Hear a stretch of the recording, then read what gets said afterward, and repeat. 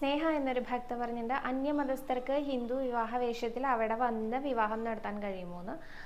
ഇവിടുത്തെ ഇപ്പോൾ നിലനിൽക്കുന്ന ആചാരപ്രകാരം അങ്ങനെ സാധ്യമല്ല. ഹിന്ദു മതസ്ഥർക്ക് മാത്രമാണ് ഇവിടെ വിവാഹം നടത്താൻ സാധിക്കുള്ളൂ. ആര്യ സമാജത്തിൽ നിന്ന് ഹിന്ദു മതം സ്വീകരിച്ചതിൻ്റെ സർട്ടിഫിക്കേഷൻ ഉള്ളവർക്കാണെങ്കിലും സാധിക്കും കേട്ടോ. അന്യമതത്തിൽപ്പെട്ട ആളുകൾ ആര്യ സമാജത്തിൽ വന്ന് ഹിന്ദു മതം സ്വീകരിച്ചു എങ്കിൽ അവർക്കും അങ്ങനെ സാധ്യമാണ്. അങ്ങനെ അല്ലാത്തവർക്ക് സാധ്യമല്ല. ഇനി ഇങ്ങനെ പറയുന്ന സമയത്ത് ഞാൻ കഴിഞ്ഞ ദിവസം ഏതൊരു വീഡിയോൻ്റെ താഴെ കുറേ കമൻസ് വായിച്ചിരുന്നു കേട്ടോ. അതെന്താ, എൻ്റെ വീഡിയോൻ്റെ താഴെയൊന്നുമല്ല, അതെന്താ അന്യമതസ്ഥർ ആരെങ്കിലും അങ്ങനെ ക്ഷേത്രത്തിൽ പ്രവേശിച്ചു കഴിഞ്ഞാൽ ആ ഭഗവാൻ അവിടെ നിന്ന് എഴുന്നേറ്റ് പോകുമെന്ന്. അങ്ങനെയൊന്നുമല്ല. എല്ലാവർക്കും അവരുടേതായ വിശ്വാസങ്ങളുണ്ട് അല്ലേ.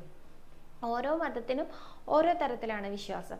അപ്പോൾ അവർ ആ വിശ്വാസത്തിൽ ഉറച്ചു ജീവിക്കുക എന്നുള്ളതാണ് ശരിക്കും ചെയ്യേണ്ടത്. ഇനിയിപ്പോൾ അവർക്ക് ആ വിശ്വാസമല്ല, നമ്മുടെ ഗുരുവായൂരപ്പനെയാണ് വിശ്വാസം എന്നാണെങ്കിൽ ഇവിടെ എല്ലാത്തിനും ഒരു ആചാരം ഉണ്ടാവും. ആ ആചാരപ്രകാരം അവരത് സ്വീകരിച്ചോട്ടെ. അതുകൊണ്ട് ആരും ഒന്നും എതിർത്ത് പറയണില്ലല്ലോ.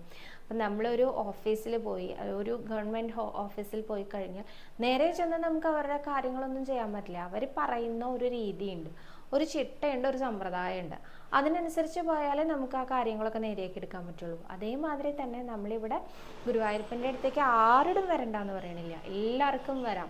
ഈ ഒരൊറ്റ സർട്ടിഫിക്കറ്റിൻ്റെ ആവശ്യമേ ഉള്ളൂ.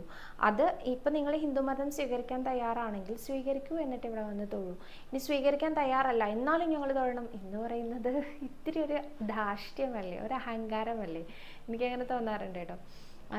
അവരുടെ മതത്തിൽ ഉറച്ച് വിശ്വസിക്കട്ടെ, അവരുടെ ആചാരങ്ങൾ പാലിച്ചുകൊണ്ട് മുന്നോട്ട് പോകട്ടെ. അതല്ല നമ്മളുടെ ആചാരങ്ങളാണ് അവർക്ക് കൂടുതൽ ഇഷ്ടമെങ്കിൽ നമ്മളുടെ ആചാരം ഫോളോ ചെയ്യാൻ അവർ തയ്യാറാകട്ടെ. രണ്ടിലേതെങ്കിലും അല്ലേ നല്ലത്?